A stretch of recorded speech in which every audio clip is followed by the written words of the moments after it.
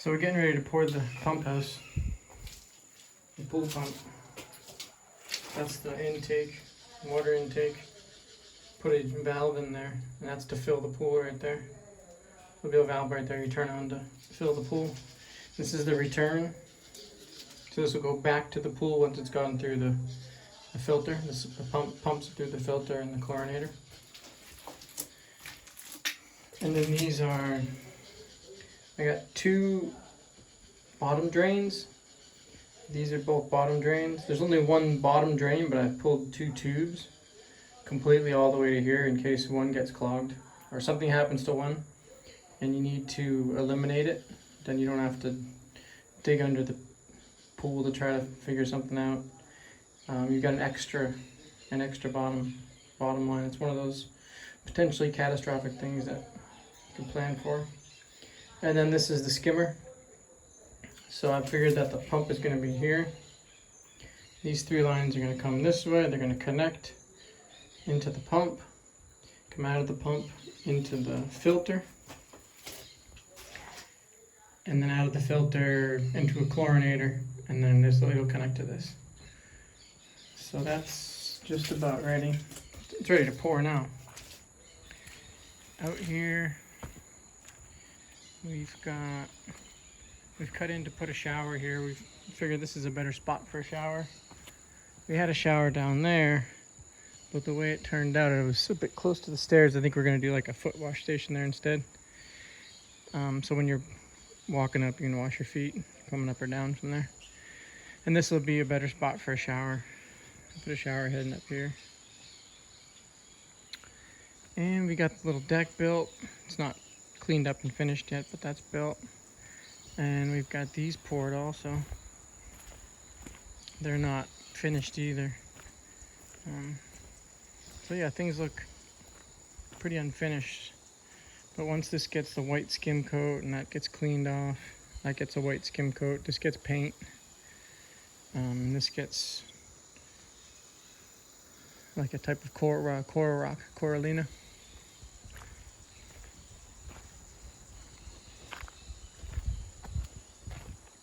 You can see how we built this little deck. Took some round tubes and did some little foundations with some rebar. And then we placed these they're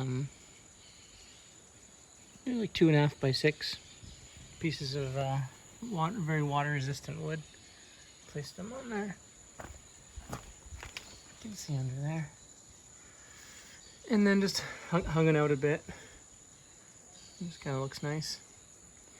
And then all of this wood we gave a couple coats of polyurethane too. So this all has to get cleaned off and scrubbed and everything, but that'll look nice. I've got the railing coming down the stairs, working on that.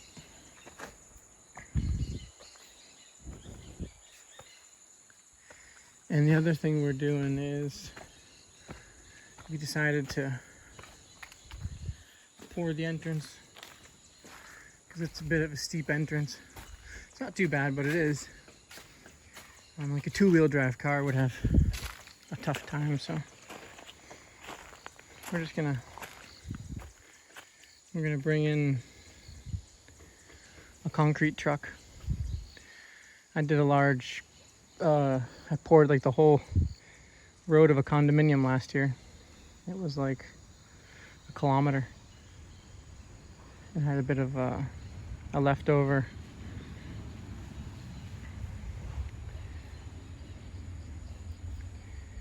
Oh, was it about $500 or $600 left over that I had paid to the concrete company? So usually we would pour this with a concrete mixer, but since I've got that, I'm gonna bring that in.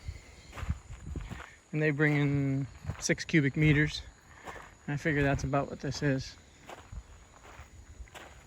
I mean, you can figure it out more or less. I mean, this isn't totally even. It's basically 10 centimeters or 4 inches across, but it won't be exact. But you can figure the length is 25 meters. The width is 3 meters. So 25 long by 3 wide is 75 square meters. and you multiply that times 0.1, which would be 10 centimeters, and you get 7.5 cubic centimeters. That's the best way to figure on the concrete you need for something. Get the square meters, multiply by the width, and then you'll get the cubic meters. And a good rule of thumb is you need 6 bags of cement per cubic meter. And you need at least 1 cubic meter of aggregate. It ends up, once you have the losses and stuff like that, it ends up being, I don't know, 1.2 or something like that. If you want to pour 10 cubic meters, you probably need 12 or 13 cubic meters of aggregate and 60 bags of cement, something like that. So this will be nice. Two-wheel drive car will be able to get in and out of here, so it doesn't restrict, you know, who can come and rent here. End up renting it by the, you know, by the week or by the night. It was raining this morning, just kind of cleared up.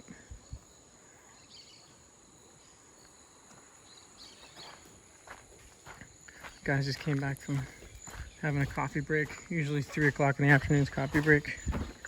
Usually 8 o'clock in the morning they'll do lunch. I mean breakfast. And 8 o'clock like coffee, breakfast. And noon lunch, and then at 3 they'll do a coffee break.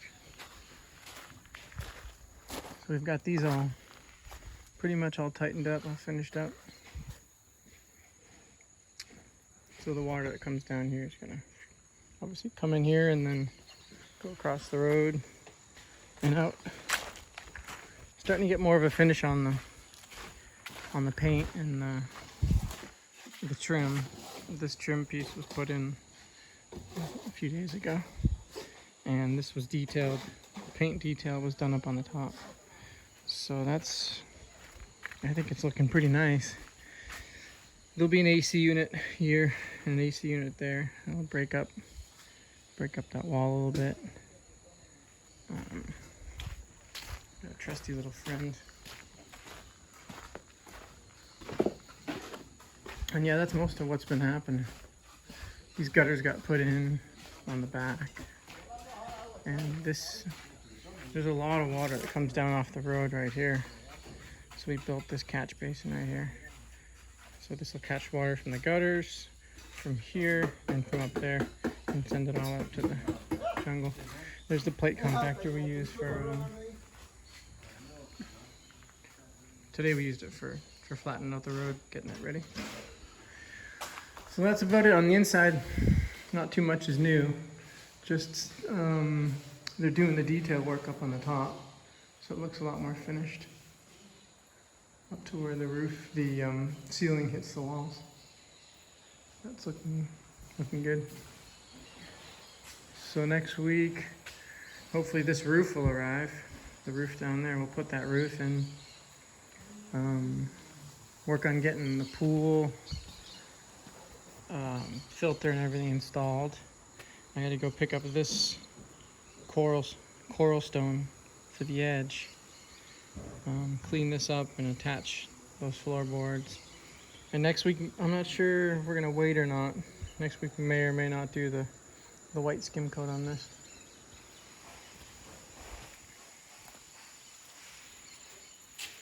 That's where we're at.